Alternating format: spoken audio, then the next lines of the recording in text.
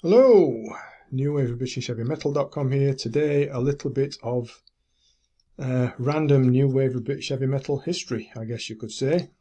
A little bit of nostalgia for me as well.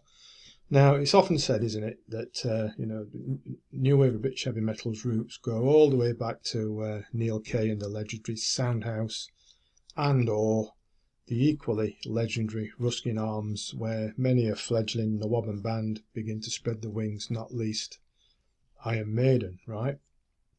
Well, there was all the way up north, where I am, all the way up north from London, in Sheffield, there was, well, to us northerners at least, an equally legendary watering hole, which also played its part in the development of New Wave of British Heavy Metal, and that was the Wapentake bar, that old picture you can see there. Now, back then, around about 1980, myself and friends, we'd spend quite a bit of time in the WAP, as it was abbreviated to be known, and I'd all but forgotten about it, actually, until by random chance a few days ago I was walking down the street where I live now, which isn't South Yorkshire anymore, but still in Yorkshire, still a proud Yorkshire fella. And I bumped into an old acquaintance from back in around about the 80s. And, we used to see each other in there from time to time and whatnot. And as you do when you bump into someone you've not seen for about 45 years, you get to talking about the old days for a few minutes, don't you? And that's what we did. Shared a few fading memories about what it was like in the WAP. Now, the Wapentake was the place to be for, well, one of the few places indeed to be from for rock fans from Sheffield and the surrounding area, around about late 70s, early 80s. It was situated in the basement of the old Grosvenor House Hotel, and you'd walk in through that door there and go down some stairs into, well, it was basically the basement, and that was a Wapentake bar. It wasn't very big. On the left hand, the surroundings weren't exactly what you call salubrious either, but the place had an atmosphere and a community all of its own back then.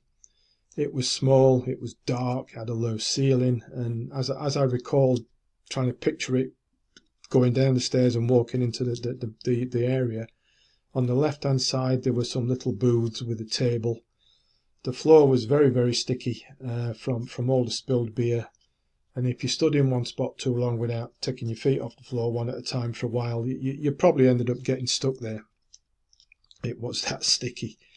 Holding a conversation was nearly impossible over the DJ blaring out the latest and best heavy stuff, though somehow communication of sorts was generally achieved, either by shouting until you were hoarse or exaggerated miming movements and gestures to try and get your point across.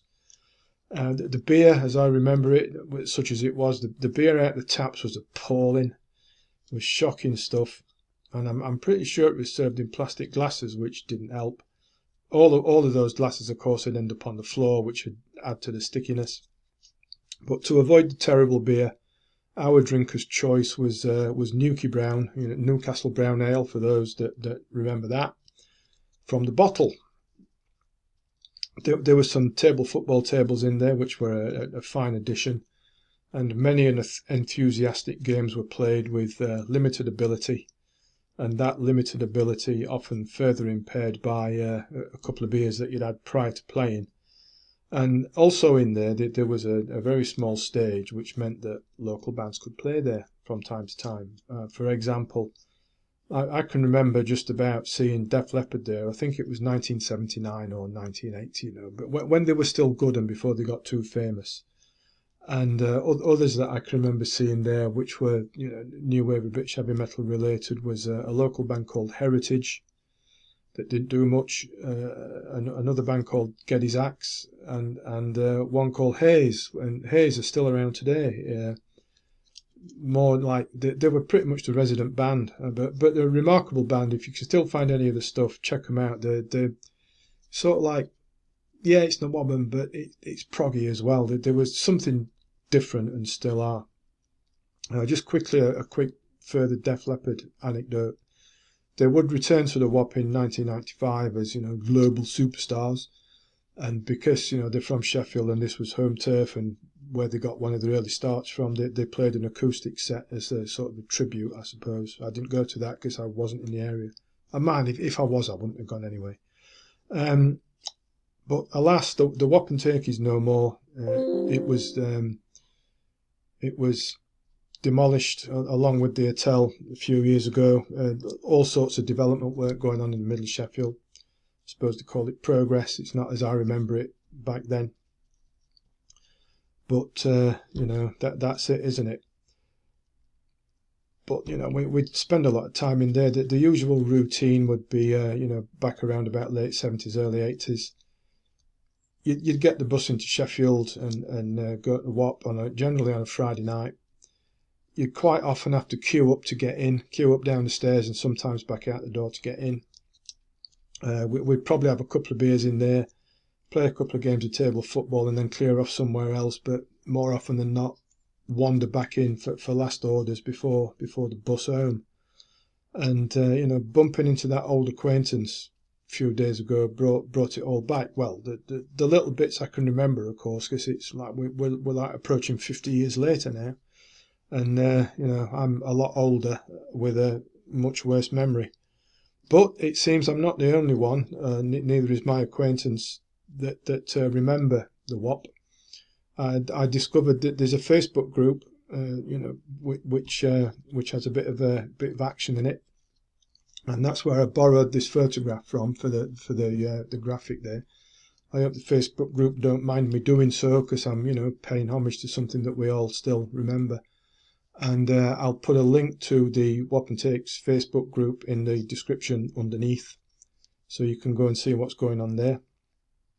And also, look at that old parking meter that looks a bit wonky there. Right, who remembers them, the old parking meters that look like that? Then you'd put enough coins in, and the dial would whir round, wouldn't it? And then start ticking down before your time ran out, and you'd try to remember to go back to it and feed it with some more coins before you got caught. And no weird parking apps in the 1980s in Sheffield, right?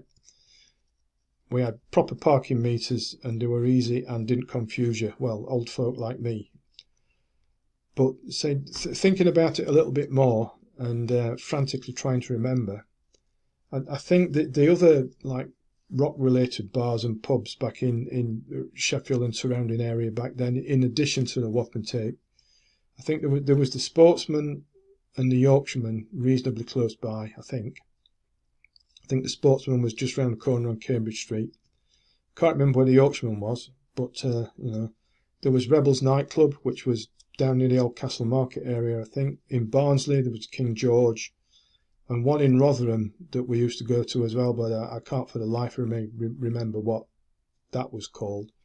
But from where we did live, just out of town, there was a variety of buses to get to Sheffield if we fancied the WAP on a Friday, or Rotherham or Barnsley if we fancied going there for the King George or the other one in Rotherham that I can't remember. So it was quite easy to rotate where we went for a drink, talk about and listen to some good old music. So that's a little whip round on what I can remember about the WAP from bumping into that old acquaintance from 40 odd years ago, and the little part that it played in the new wave of British heavy metal development. So there we are. Thanks for indulging me with 9 minutes or so of random reminiscence. I hope you found it interesting, and maybe you were around then and remember the WAP like I do. So we'll close it off there. If you wouldn't mind doing so, do subscribe to the channel before you disappear, because that would be marvellous and a big help. And until next time, thanks for watching, thanks for listening, and take care.